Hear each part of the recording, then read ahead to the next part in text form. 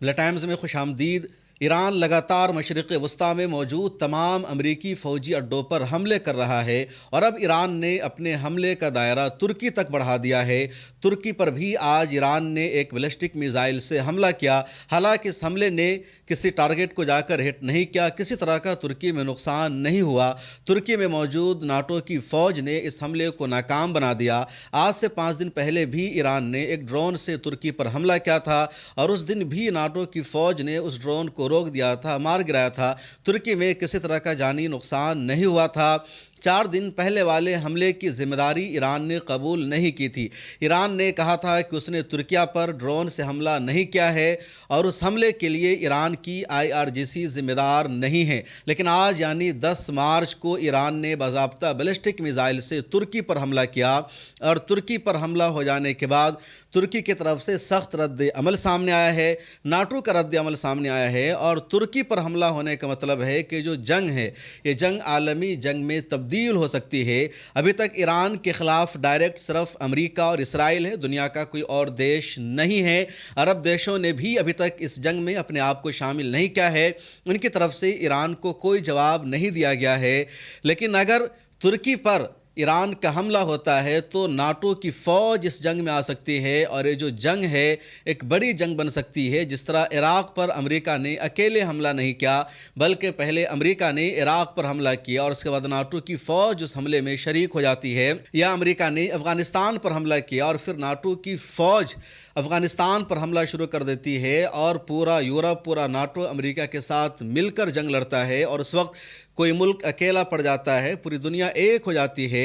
اور ترکی پر اس حملے سے اس کے خدشات بڑھ گئے ہیں کیونکہ ترکی ناٹو کا ممبر ہے اور ناٹو کا جو الائنس ہے بہت پاورفل ہے، مضبوط ہے۔ ناٹو کے اراکین میں 32 ممالک شامل ہیں اور ان کے درمیان یہ معاہدہ ہے، ناٹو کے آرٹیکل 5 میں یہ بات شامل ہے کہ اگر ایک دیش پر حملہ ہوا تو حملہ تمام دیشوں پر مانا جائے گا اور تمام دیش مل کر اس حملے کا جواب دیں گے۔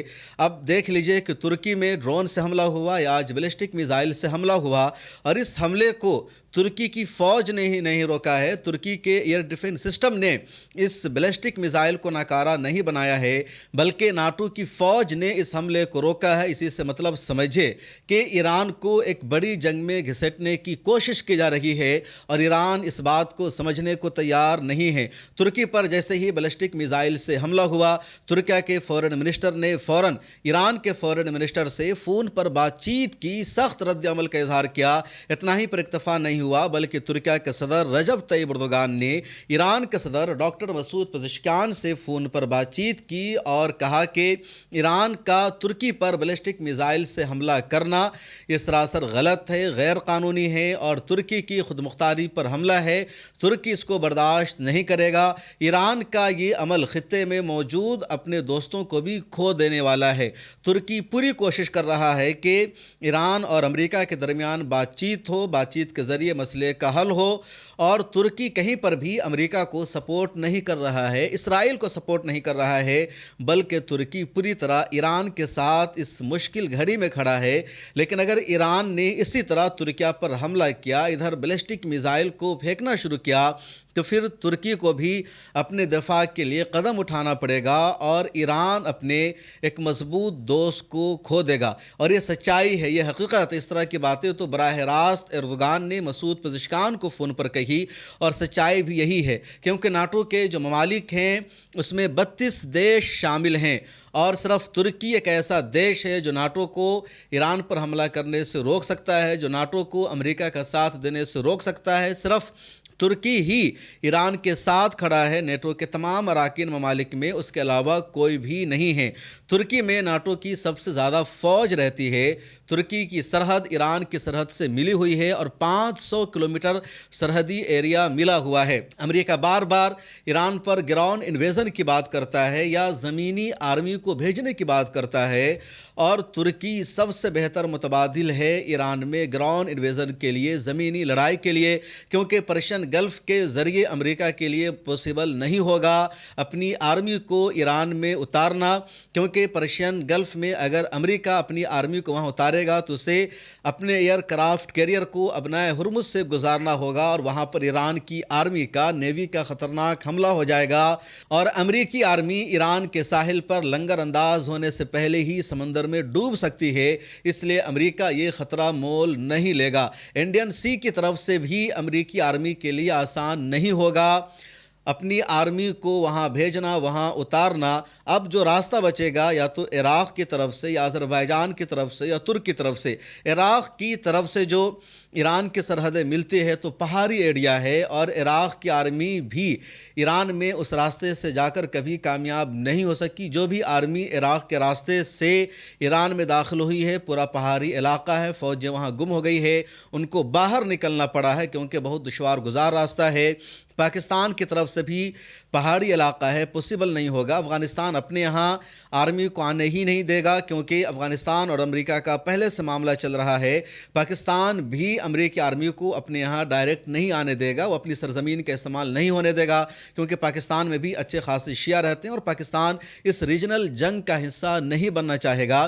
اب ترکی ایک ملک بن جاتا ہے اور ترکی کی سرزمین کا استعمال کرنا یا ترکی کے ذریعے گراؤنڈ آرمی کو امریکہ کو بھیجنا آسان ہو جائے گا کیونکہ ناٹو کے اراکین میں امریکہ بھی شامل ہے اور واحد مسلم ملک ترکی شامل ہے اور ناٹو کا معاہدہ ہے کہ ایک دیش پر حملہ ہوا تو سب پر حملہ مانا جائے گا. اور امریکہ چاہ رہا ہے کہ گراؤنڈ آرمی کو ایران میں بھیجنے کا کوئی موقع ملے، کوئی بہانہ ملے. اب جس طرح ترکی پر بیلسٹک میزائل آیا ہے، آئندہ مزید آ گیا تو ناٹو کی طرف سے کہا جائے گا کہ ترکی پر حملہ ہوا ہے اور نیٹو اس حملے کا بدلہ لے گا کیونکہ ہمارے معاہدہ میں یہ بات شامل ہے. تو اب نیٹو کی آرمی ایران پر حملہ کرنا چاہے گی، اس کا بدلہ لینے کی کوشش کرے گی اور اس طرح ایک موقع مل سکتا ہے نیٹو کو اس جنگ میں حصہ لینے کا، امریکہ کا ساتھ دینے کا. حالانکہ ابھی تک نیٹو کے جو چیئرمین ہیں انہوں نے کہا ہے کہ نیٹو کی اس جنگ پر پوری نظر ہے، لیکن ابھی تک نیٹو نے فیصلہ نہیں کیا ہے کہ اس کو اس جنگ میں آنا ہے یا نہیں آنا ہے. پھر ابھی صورتحال پر ہماری نظر بنی ہوئی ہے، اس کے علاوہ نیٹو کی طرف سے واضح اشارہ بھی نہیں کیا گیا ہے. یہ جو تازہ معاملہ ہوا ہے یعنی بیلسٹک میزائل جو ترکی میں جا کر گرا، اس پر بھی نیٹو کے چیئرمین کا رد عمل سامنے آیا اور ان کا کہنا ہے کہ ہمیں یہ حق حاصل ہے کہ ہم ایران پر حملہ کر دیں، ترکی پر ہونے والے حملے کا جواب دیں، لیکن یہ کوئی بڑا معاملہ نہیں ہے، چھوٹا معاملہ ہے اور اس کی وجہ سے نیٹو کا ایران پر کوئی حملہ نہیں ہوگا. تو اس معاملے میں نیٹو کی طرف سے رخ صاف کر دیا گیا ہے. لیکن اگر جس طرح موجودہ حالات میں میڈیا ہماری سب سے اہم ضرورت ہے اور ملت ٹائمز اس ضرورت کو، اس کمی کو پورا کرنے کی کوشش کر رہا ہے اور آپ نے ہمیشہ ملت ٹائمز کو آگے بڑھانے کے لیے ہمیں سپورٹ کیا ہے. آپ سے گزارش ہے اس سال بھی ماہ مبارک میں ہمیں سپورٹ کیجیے. اگر آپ میں سے کچھ لوگوں نے بھی سالانہ صرف 1000 روپے ملت ٹائمز کو اس رمضان میں ممبرشپ کی فیس کے طور پر دے دیا تو ملت ٹائمز کا نظام آسانی سے چلتا رہے گا.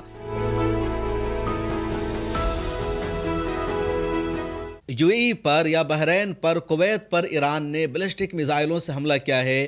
اگر اسی طرح کا حملہ ترکی پر بھی ایران کر دیتا ہے تو پھر نیٹو اس کو بنیاد بنا کر، بہانہ بنا کر ایران پر حملہ شروع کر دے گی اور امریکہ اسی بات کا انتظار کر رہا ہے.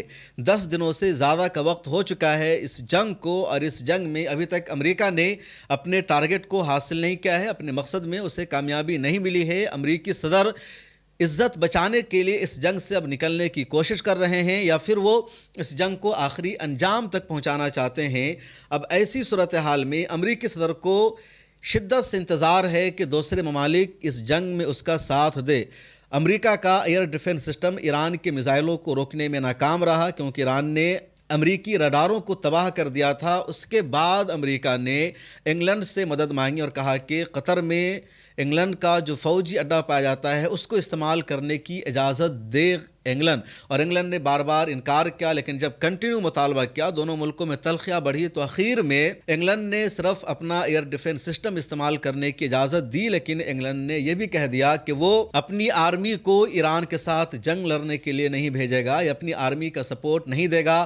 صرف اس کے فوجی اثاثے کا، ایسٹس کا امریکہ ایران کے حملوں کو روکنے کے لیے استعمال کر سکتا ہے اور بس. اسپین سے امریکہ نے مدد مانگی اور اسپین نے بھی اپنا فوجی اڈہ استعمال کرنے کی اجازت نہیں دی. سعودی عرب نے بھی اپنا اڈا یا اپنا علاقہ استعمال کرنے کی امریکہ کو اجازت نہیں دی ہے۔ البتہ امریکی سینٹرل کمانڈ نے اس بات کا ضرور اعتراف کیا ہے کہ ایران پر حملہ کرنے کے لیے اس نے کویت اور بحرین جیسے ملکوں کی سرزمین کا استعمال کیا ہے، وہاں موجود امریکی فوجی اڈوں سے ایران پر حملہ کیا گیا ہے، لیکن قطر اور سعودی عربیہ وغیرہ کا اس میں نام نہیں آیا ہے۔ اب ترکی سب سے اچھا موقع ہے امریکہ کے لیے کہ وہ اپنی سرزمین کو استعمال کرنے دے۔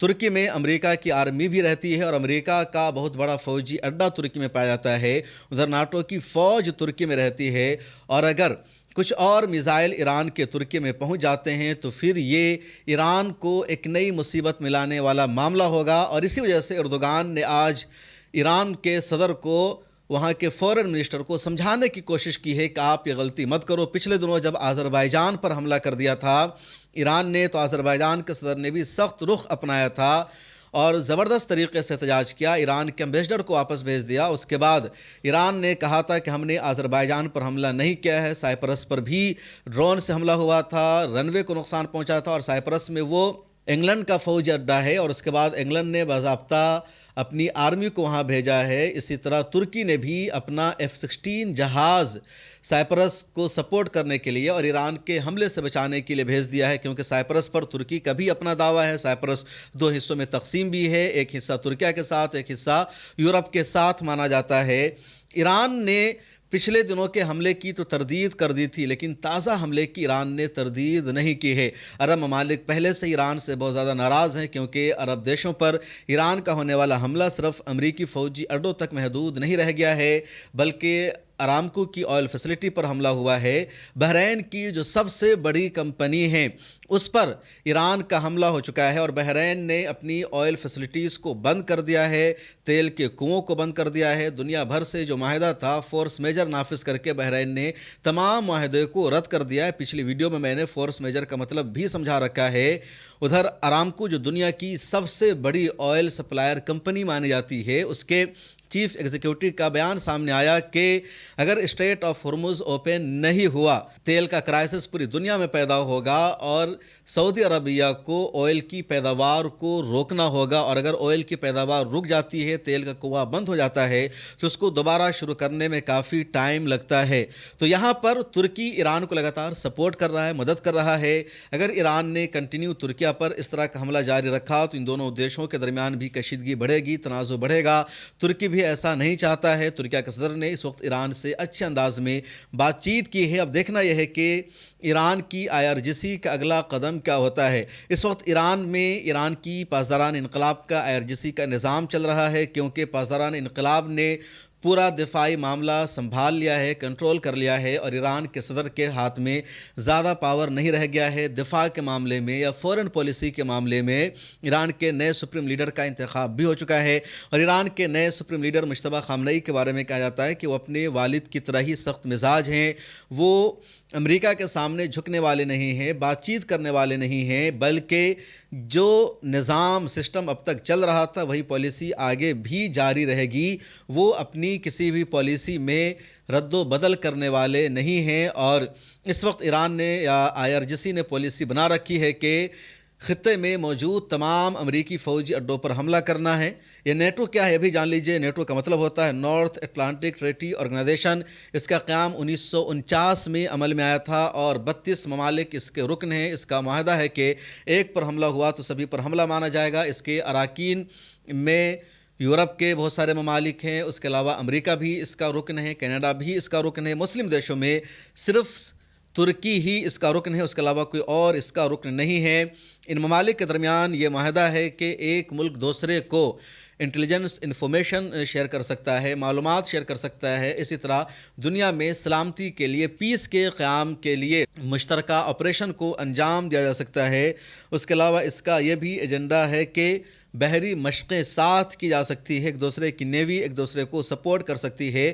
اس کے علاوہ یورپ اور نارتھ امریکہ میں امن اور سیاسی استحکام کو برقرار رکھنا بھی اس کا ایجنڈا ہے۔